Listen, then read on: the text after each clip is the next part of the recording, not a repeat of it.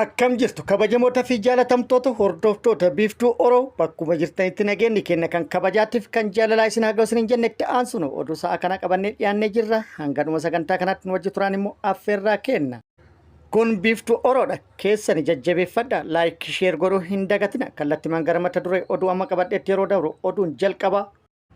Oduu simbirtuudha yookaan immoo breaking news. Kunis Jeneraalonni waraana mootummaa jaha hojii gadi dhiisuun dhagahamee jira. Kun immoo rifaatu hamaa keessoo mootummaatitti yookaan waraana mootummaatitti uumuun dhagahamee jira. Dabalatoo oduu kanas hin kenna. Oduun itti aanu obbo Taayyee Danda'a deetaa ministeera nageenyaa duraanii guyyaa kaleessaa poolisoota federaalaatiin qabamee har'ammoo mana murtii dhiyaatee jira. Odoo gara alaa baduuf deemtu qabamte yookaan seeqamne jechuudhaani. Mirga wabillee na dhooggatanii gara mana hidhaatiitti na ergan jedhee jira. Dabalata isallee qabna. Oduun itti aanu oduu oolmaa Oromiyaati. Oduu oolmaa Oromiyaati lolli Oromiyaa bakkoota garaagaraatti loltoota mootummaatii fi waraana bilisummaa Oromoo gidduutti akkuma itti fufetti jira. Har'as waraanni bilisummaa Oromiyaa bakkoota garaagaraatti haleellaa loltoota mootummaa irratti raawwateen injifannoo boonsaa argadhee jira. Gara mootummaatti immoo maaltu jedhame kan jedhus qabannee jirra. Isiniin kenna.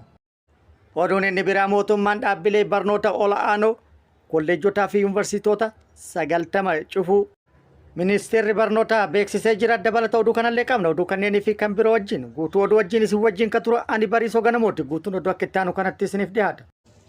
Mootummaan dhaabbilee barnoota ol'aanoo kolleejotaa fi yuunivarsiitiiwwan 90 cufuu beeksisee jira.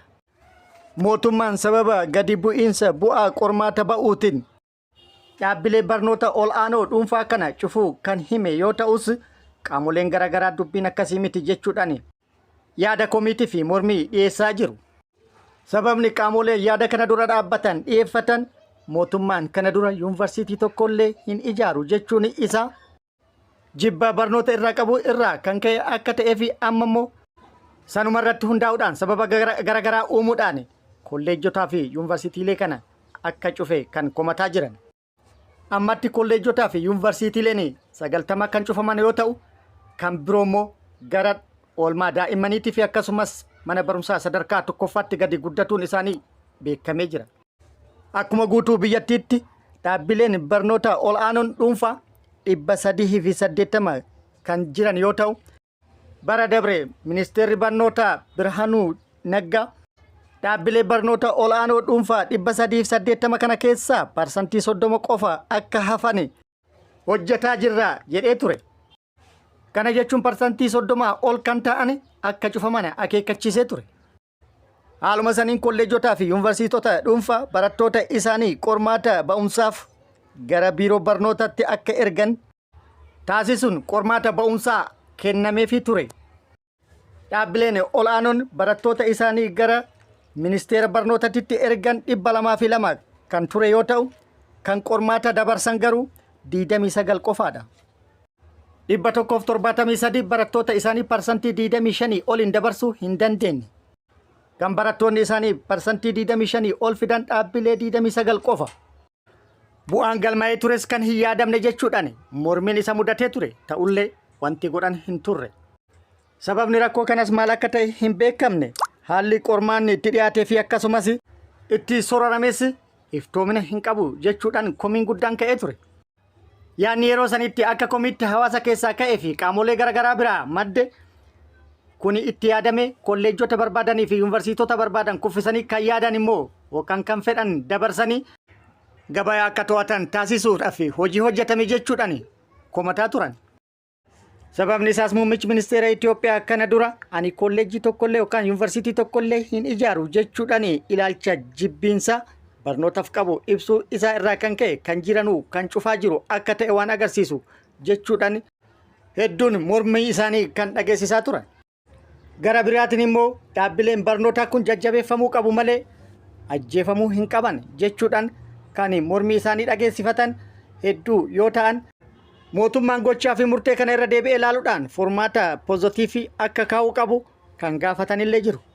Haalli amma itti deemamaa jiru akkaataa amma dhaabbileen barnoota ol'aanoo cufamaa jiran kanaan carraan barnoota lammiileef wal gahu kan daangeffamu waan ta'u kan agarsiisu waan ta'eef mootummaan immoo kanarratti hojjechuun isa barbaachisa. Biyyi barnootana ala misoomtu hin jirtu. Biyyi barnootaan ala guddatte hin jirtu. Barnoonni murteessaa guddina biyya tokkoo waan ta'eef mootummaan irra deebi'uun laalee qaamolee kana jajjabeessuu qaba jechuudhaan yaada kennanii jiru.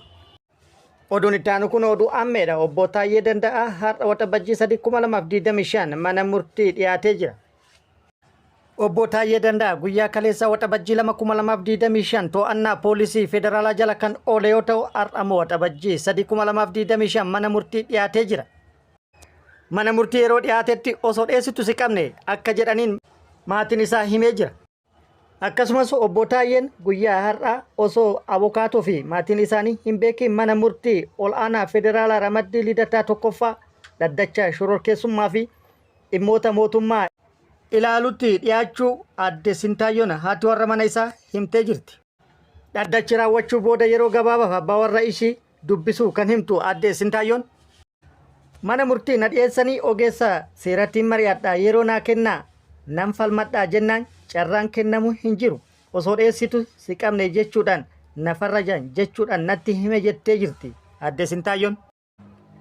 Osoo dheettu si qabne jedhamuu isaatti wal qabsiiftee adde Sintaayyoon akka jetteetti akkana jechuun isaanii tarii teessoo jijjiirachuuf yaale yookaan immoo biyyaa ba'uuf yaade jechuuf yaadan ta'a jettee jirti. Sababa kanaafis mirgi wabillee akka hin kennamnee fi murtaa'uu himanii jiru. Osoo dhiyeessitu si qabne wabii waan jedhamu hin jiru naan jedhan jedhe jettee jirti. Akkasumas akkaataa manni murtii dhimma isaa itti ilaalee sirrii akka hin tahinis akka itti hime himtee jirti. Gara biraatiin immoo badee biyyaa ba'uuf yookaan immoo Keeniyaa seenuuf osoo deemu qabne yaada jedhu kana qaamonni garaagaraa waan nama ajaa'ibu jedhanii jiru. Sababni isaas mana isaatti qabamaa yeroo turetti viidiyoon agarsiisaa kan ture yoo ta'u kun immoo tamsa'ee uummata bira wal ga'ee jira. Uummanni immoo kana quba qaba argee jira. Uummanni maal jedha waan jedhu hedduun akka yaadatitti kaasanii jiru. Oduun itti aanu oduu oolmaa Oromiyaati. Oduu oolmaa Oromiyaatti lolli Oromiyaa bakkoota garaagaraatti har'as loltoota mootummaatii fi waraana bilisummaa Oromoo gidduutti bakkoota garaagaraatti itti fufee oolee jira. Lola bakkoota garaagaraatti deemaa oole kanarratti waraanni bilisummaa Oromoo haleellaa loltoota mootummaa irratti raawwatee miidhaa guddaa loltoota mootummaa irratti dhaqqabsiisuun injifannoo akka argates odeeffannoon nu ga'e ibsee jira. Lola deemaa oole wal qabatee gama mootummaatiin immoo maaltu jedhame waan jedhu dhumarratti qabannee jirra isiniin kenna. Oduu oolmaa guyyaa irraa akka itti aanu kanatti qabannee jirra. Oduu kibba Oromiyaa irraa nu geette waraanni bilisummaa Oromoo zoonii kibbaa godina Booranaa aanaa Areerootti haleellaa loltoota mootummaa irratti raawwatee miidhaa guddaa loltoota mootummaa irratti dhaqqabsiisuu beeksisee jira. Tibba kana aanaa Areerootti fufteedhaan bakkoota garaagaraatti haleellaa raawwataa kan ture yoo ta'u guyyaa har'aa haleellaa loltoota mootummaa irratti raawwatee loltoota mootummaa hedduu hojiin ala taasisee jira. Hedduu addunyaa kanarraa godaansisee hedduu madoodhaan akka adabees kan harkaan qabeessa akka jiru odeeffannoo achirraa nu geette ibsitee jirti. Akkasumas meeshaalee waraanaa hedduu irraa hiikkatu odeeffannoon nu gahee jira. Haleellaa kanas kan raawwate aanaa Areeroo mataa Gafarsaa bakkee jedhamutti. Dabalata oduu kana yeroo itti aanutti qabannee dhufna. Oduu zoonii giddugalaa irraa nu geette waraanni bilisummaa Oromoo zoonii giddugalaa kaaba Shawaa Salaaleen aanaa darratti har'a haleellaa humnoota mootummaa irratti raawwateen injifannoo boonsaa argadhe jedhee jira.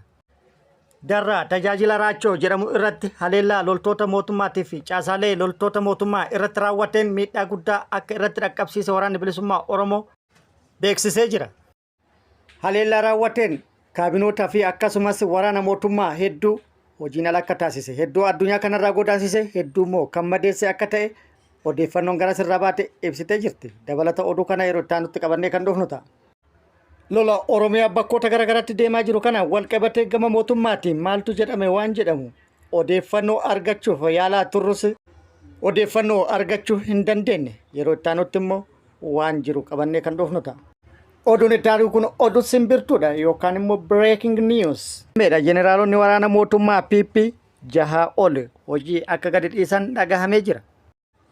Jeneraalotaa fi ajajoonni waraana mootummaa PP guyyoota muraasa dura marii gaggeessaa turan irratti yaada ibsatanii lola biyyattii keessatti deemaa jiru akka nuffanii fi akka dadhaban akkasumas loltoonni mootummaa lola waggaa 6 oliif naannolee biyyattii keessatti deemaa jiru akka hifatanii fi dadhaban walii himanii turan. Kun akkuma jirutti ta'e osoo lolli biyyattii keessatti naannolee garaagaraa keessatti keessattuu naannoo Amaarattii fi naannoo Oromiyaa keessatti bal'inaan deemaa jiru. Kaaba Itoophiyaatii fi akkasumas kallattii kaaba Itoophiyaatiin Eertiraa wajjin lola biraa banuuf qophii mootummaan taasisaa jiru irratti hundaa'uudhaan dadhabne jechuudhaan loluu hin dandeenyu jechuudhaan akka dura dhaabbatanii fi akkasumas lola fedhii akka hin qabne wal loltoonnis fedhii akka hin qabne walii himanii turan. Gara biraatiin immoo lola biyyattii keessatti deemaa jiru wal qabatee ajajoota waraanaa gidduu wal shakkiin jiru hammaataa dhufuu irraa kan ka'e walitti gaarreeffannaanis akka jiru yeroo garagaraatitti iccitiin keessoo isaaniitii ba'u ibsaa ture. Kun hunduu akkuma jirutti ta'ee jeneraalonni waraana PP 6 akka sabaan Amaaraa ta'an har'a hojii gadi dhiisuun dhagahamee jira. Jeneraalonni kunniin hojii gadi dhiisuun kun immoo rakkoon hamaan keessoo isaanii akka jiru waan agarsiisu akka ta'ee fi waraanni mootummaa PP diigamuu kan jalqabe akka ta'e waan mirkaneessu jedhamee jira. Akkasumas jeneraalonni kunniin hojii gadi dhiisuun keessoo waraana mootummaatti jeequmsa hamaa uumee jira jedhamee jira. Akkasumas muddamsuu fi raafama hamaan akka keessoo waraana mootummaatitti uumames dhagahamee jira. Kabajamoota fi jaalatamtoota hordoftoota biiftuu Oroo oduu namaaf qabadde kana hanga ammaa kana guutuu oduu wajjin isin wajjin ka ture ani Bariisoo Ganamooti. Hanga yeroo itti aanutti deebinee wal agarrutti nageenyi Rabbii isiniif haa baay'atu. Nagatti nu turan hawwii kenna. Nagatti nu tura.